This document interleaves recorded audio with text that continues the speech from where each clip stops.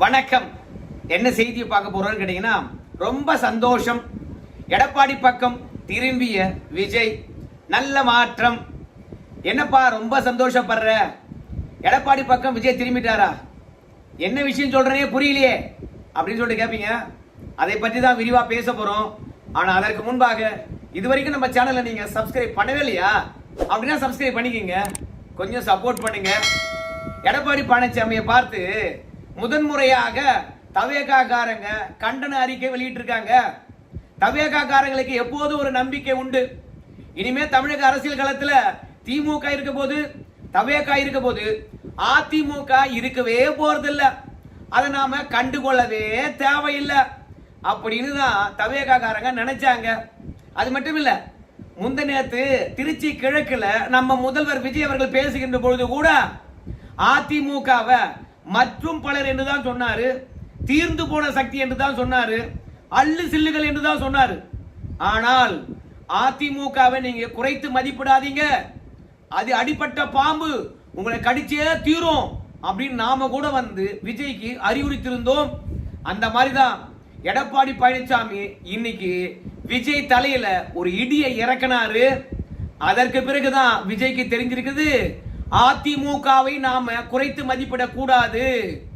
75 ஆண்டு காலம் இந்த தமிழ் மண்ணில் திமுக இருக்கிறது. திமுகவில் பல ஜாம்புவான்கள் இருக்கிறானுங்க. அவங்க கிட்ட இருந்து தோன்றன அதிமுக திமுகவை விட அதிக ஆண்டு காலம் தமிழகத்தை ஆண்டு இருக்குன்னா அந்த ஆளுங்களுக்கு ரொம்பவே அரசியல் நல்லா தெரிஞ்சிருக்கியா? அவங்களுக்கு தான் ஏன் மக்கள் செல்வாக்கு அதிகமா இருக்கிறது. அவனை விமர்சனம் பண்ணலனா அவன் தானா வளர்ந்துருவான். அதுக்கப்புறம் அதிமுக கோட்டையை உடைக்க முடியாது என்று நினைச்சவங்க எடப்பாடி பக்கம் திரும்பி வன்மத்தை கக்கி இருக்கிறாங்க. சரி, தவேகாக்காரங்க எடப்பாடி பழனிசாமி மீதும் அதிமுக மீதும் என்ன விமர்சனத்தை வச்சிருக்காங்க அப்படின்றத ஒவ்வொன்னா பார்க்கலாமா? முதல்ல அதிமுக வந்து ஒரு பெரிய சக்தியா இருந்துதான், உலகத்துக்கே அரசியலை சொல்லிக் கொடுக்கக்கூடிய ஒரு கட்சியா இருந்திருந்ததாம் ஜெயலலிதா ஆட்சி காலத்துல.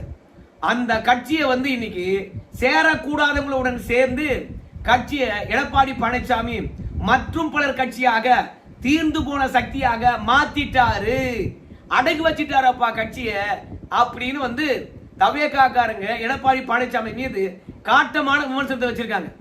இதுல இருந்து தவேகாக்காரங்களுக்கு என்ன நினைவு இருக்குன்னு கேட்டீங்கன்னா, இனி தேர்தல்ல நாம தோக்கவும் மாட்டோம், ரெண்டாவது நம்ம கட்சி பின்னடைவும் சந்திக்காது, நம்ம கட்சியிலிருந்து யாரும் வெளியேறவும் மாட்டாங்க, இனி தவேகாவுக்கு நிரந்தர வெற்றி தான் அப்படின்னு கனவு கண்டு கொண்டிருக்கின்றார்கள்.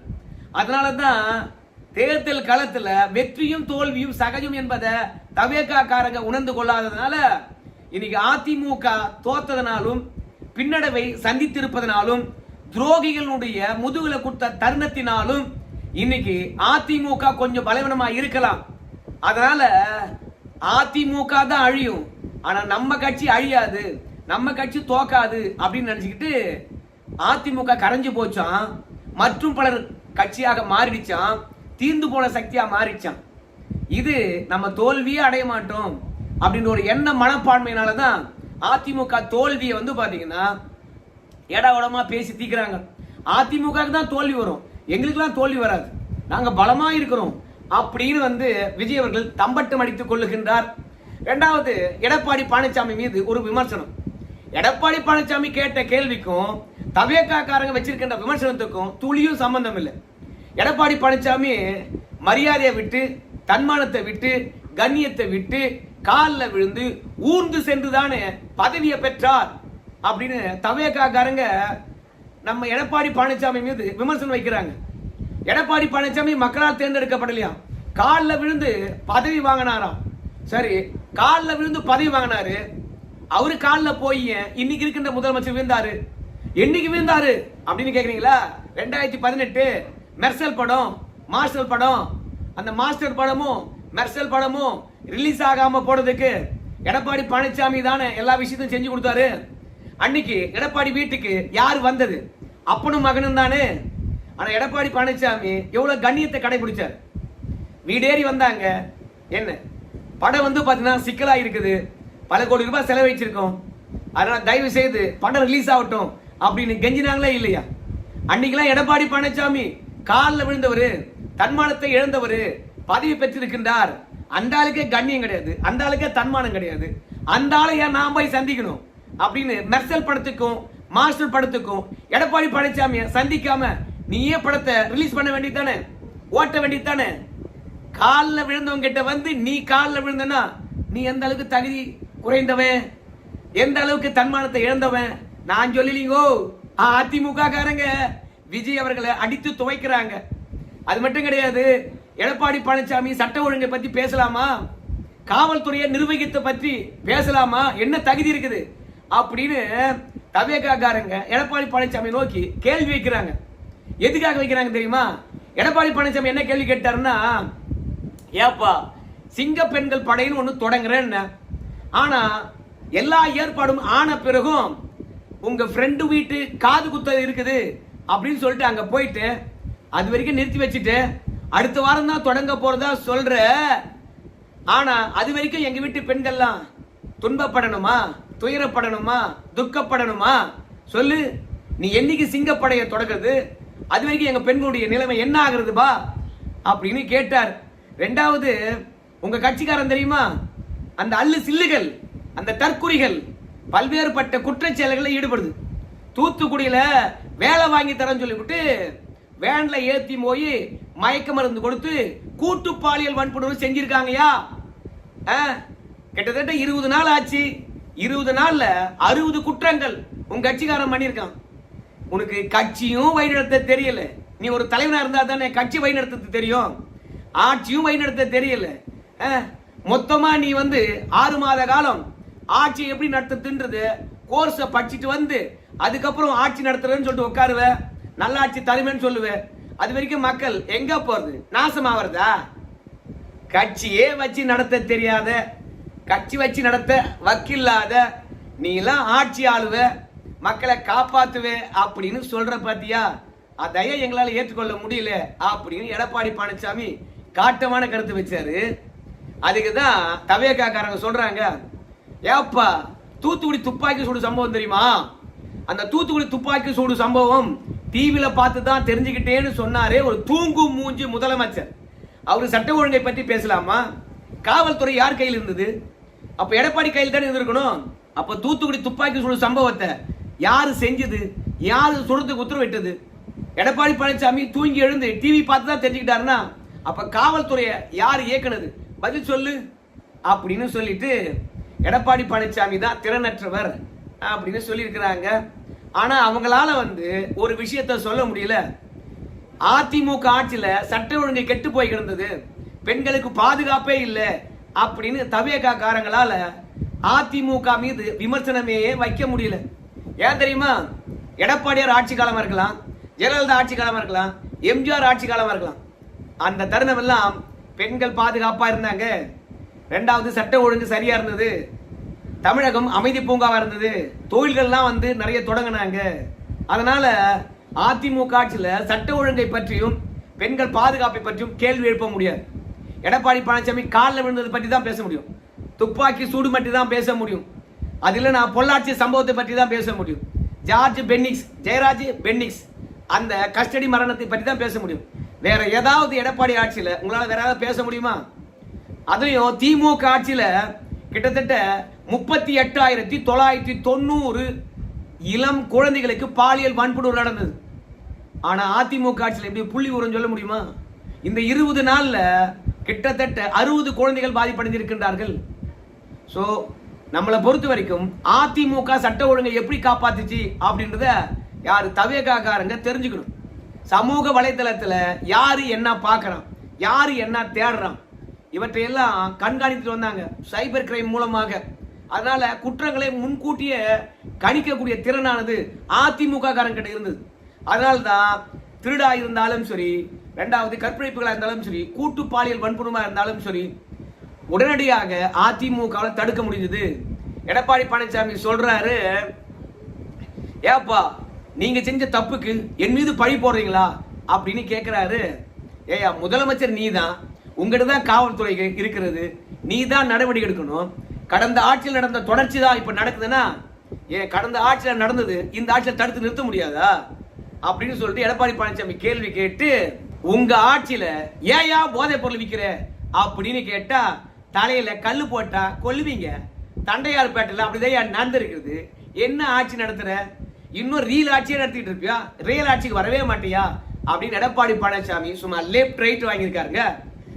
சரி, எடப்பாடி பழனிசாமியும் விஜயும் நேரடியாக அறிக்கை மோதல்ல மோதிக்கிறாங்க.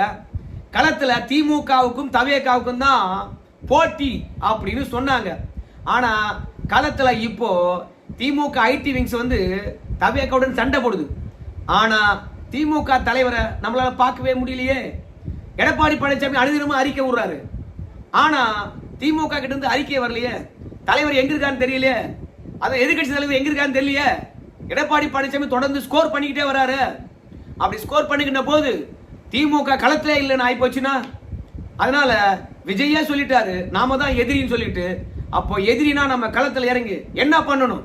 எடப்பாடி பழனிசாமி அறிக்கை விட்டா நம்ம பேட்டி அளிப்போம், நேரடியா போய் பேட்டி அளித்து விஜய்க்கு நெருக்கடி கொடுப்போம் அப்படின்னு ஆர் ராசாவும் RS பாரதி அவர்களும் விஜய்க்கு ஏகப்பட்ட கேள்விகளை அடுக்கியிருக்கின்றார்கள். அதையெல்லாம் நாம ஒரு தனிய வீடியோவா பார்க்கலாம். நான் இன்னைக்கும் சொல்றேங்க, ஊடக வலிமை இல்லாம, கரிஸ்மேட்டிக் என்று சொல்லப்படுகின்ற ஈர்ப்பு சக்தி இல்லாம, ஒரு எளிய விவசாயியா இருந்து கீழ்மட்டத்திலிருந்து வளர்ந்து ஒரு அரசியல் கட்சி பொதுச்செயலாளராக வந்து தேர்தலை சந்திக்கின்ற பொழுது இருக்கின்ற எதிர்ப்புகளும் துரோகங்களும் ஏமாற்றங்களும் இவற்றையெல்லாம் கற்றுக்கிட்டு வெற்றி பெற வேண்டும் என்றால் குதிரை கொம்பு தான். ஆனா அவற்றையெல்லாம் சமாளித்துக்கிட்டு சவால்கள் மத்தியில கட்சி இவ்வளவு தூரம் கொண்டு வந்திருக்காருன்னா அது பெரிய விஷயம். எடப்பாடிக்கு இருக்கின்ற திறமை ஸ்டாலினுக்கு கூட இல்லைன்றது உங்களுக்கு தெரியுமா? எடப்பாடிக்கு இருக்கின்ற திறமை விஜய் அவர்களுக்கு கூட இல்லை. அப்படி விஜய் அவர்களுக்கு திறமை இருக்குதுன்னு வச்சுங்களேன், உண்மையாகவே அடுத்த 5 ஆண்டு அவர் வெற்றி பெறட்டும். வெற்றி பெறாத பொழுது விஜய் அவர்கள் அவருடைய கட்சியை எப்படி காப்பாத்துறாருன்னு பார்க்கலாம். ஏன் தெரியுமா? அதிமுக தோத்து போனதுனாலே களத்திலே இல்லைன்னு சொல்லிவிட்டாரு. நாங்களா களத்துல இல்ல, காட்டட்டுமா எங்க வீரத்தை அப்படின்னு சொல்லிட்டு அடிக்க ஆரம்பிச்சாங்க. வக்கில்லாதவர் என்று வார்த்தையை விட்டாங்க. சூடேறி போச்சு.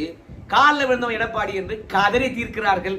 சோ மொத்தத்துல எப்போது அதிமுக இல்லடா களத்துல அமைதியா கடந்து போலாண்டா திமுகவுடன் சண்டை போட்டுக்கிட்டு அப்படின்னு நினைச்சாங்களோ, நான் கூட கொஞ்சம் வருத்தப்பட்டேன். ஒரு கட்சி வளர வேண்டும் என்றால் எதிரி இருக்கணும். ஆனா எடப்பாடிக்கு வெறும் துரோகிகள் மட்டும்தான் இருக்காங்க பொழுது. ஏன்னா அதிமுக விஜய் எதிரியா கருதுது, ஆனா விஜய் அதிமுக எதிரியாவே கருதல. சோ நம்மளோட இருக்கின்ற துரோகிகள் அனுதினமும் போய் தவேக்கால் இணைஞ்சுக்கிட்டே இருக்கிறான். நம்மளை வர குறைத்து மதிப்பிடுகின்றான்.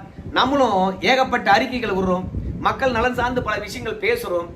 ஆனாலும் விஜய் அவர்கள் எதிர்வினை ஆற்றினா மட்டும்தான் வந்து நம்ம அறிக்கையானது இன்னும் பல பேருக்கு போய் சேரும். இல்லைன்னு வச்சுங்களேன், ஒரு வரி செய்தியாக போட்டுட்டு ஊடகங்கள் கடந்து போகும். அதனால விஜயை பொறுத்த வரைக்கும் அதிமுகவை புறக்கணிக்கின்றாரே, திமுகவை மட்டுமே பிரதானமாக கருதுகின்றாரே. ஸோ களத்தில் அப்போ 3வது இடம் போனதானா அப்படின்னு அதிமுக காரங்க ரொம்ப சோர்ந்து இருந்தாங்க. ஆனால் எடப்பாடி பழனிசாமி கவலைப்படாதீங்க, எழுந்து வருவோம்னு சொல்லிட்டு 2 அறிக்கை தான். கதறலோ கதறல், அதிமுக ஆட்சி அதாயா அதுக்கு அடுத்தது வளர்ச்சிக்கு வருவோம் அப்படின்னு சொல்லிவிட்டு இன்னைக்கு திமுக அடுக்கடுக்கான கேள்வி கேட்டாலும் அதை விட்டுட்டு அதிமுகவுக்கு தான் பதிலளிச்சிருக்காங்க. ரொம்ப சந்தோஷம். இந்த மாற்றம் நல்ல மாற்றம். திடீரென எடப்பாடி பக்கம் விஜய் திரும்பி இருப்பது அவரு பயந்துட்டாரு என்ற அர்த்தம் தான். இல்லைன்னா அதிமுக பற்றியே வந்து ஏளனமாக தீர்ந்து போன சக்தி மற்றும் பலர் என்று சொல்லிக்கிட்டு இருந்தவர் இன்னைக்கு நீண்ட விளக்கமும் நீண்ட அறிக்கையை விட்டு நாங்க எப்படி மக்களுக்கான ஆட்சி நடத்துறோம் தெரியுமா, மக்கள் துன்பம் எங்க துன்பம் தெரியுமா, இப்படி கண்ணும் கருத்துமாக மக்களுடன் ஒன்றி இருக்கின்ற எங்க முதலமைச்சரால மட்டும்தான் மக்களுடைய பிரச்சனை தீர்க்க முடியும். உன்ன மாதிரி தூங்கி எழுந்துட்டு துப்பாக்கி சூட்டை நாங்க டிவில தான் பார்த்தோம்னு சொன்ன தெரியுமா, பொறுப்பு இல்லாம முதலமைச்சராக இருந்துக்கிட்டு அந்த மாதிரி நாங்க இருக்க மாட்டோம் அப்படின்லாம் அறிக்கை விடுறாங்கன்னா ரொம்ப சந்தோஷம். வா களத்துல மோதி பார்த்துருவோம். என்ன முதுகுல குத்தி என் கட்சி அழிக்க பார்த்த, ஆனா உன்னை விட மாட்டேன், நேரடியாக களத்துக்கு வா, நேரடியாக வீரன் போல சண்டை போடலாம் அப்படின்னு சொல்லிட்டு எடப்பாடி பழனிசாமி விஜய சண்டைக்கு இழுத்திருக்கிறாரு. இனிமே சுவாரஸ்யமான மோதல்கள் இருக்கும் என்று நான் நினைக்கின்றேன்.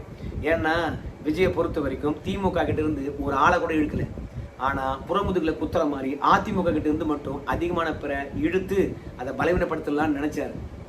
அது முடியுமா என்ன? 4 பேர் ஒரு 20 நிர்வாகிகள் ஒட்டுமொத்தமாக தவேக்காவுக்கு போயிட்டா அதிமுக அழிஞ்சு போச்சு நினைச்சாரா? இன்னைக்கு அலற விட்டுருக்காங்களா இல்லையா? சூப்பர். தவேக்காவை தாறுமாறா போட்டு தாக்கணும், அப்பதான் அதிமுக தொண்டன் குஷியா இருப்பான். சரி நண்பர்களே, ரொம்ப சந்தோஷமா இருந்தது. எடப்பாடிக்கு விஜய் அவர்கள் மெனக்கெட்டு அறிக்கை விட்டது. இனி தொடர்தான் பார்க்கலாம். நன்றி.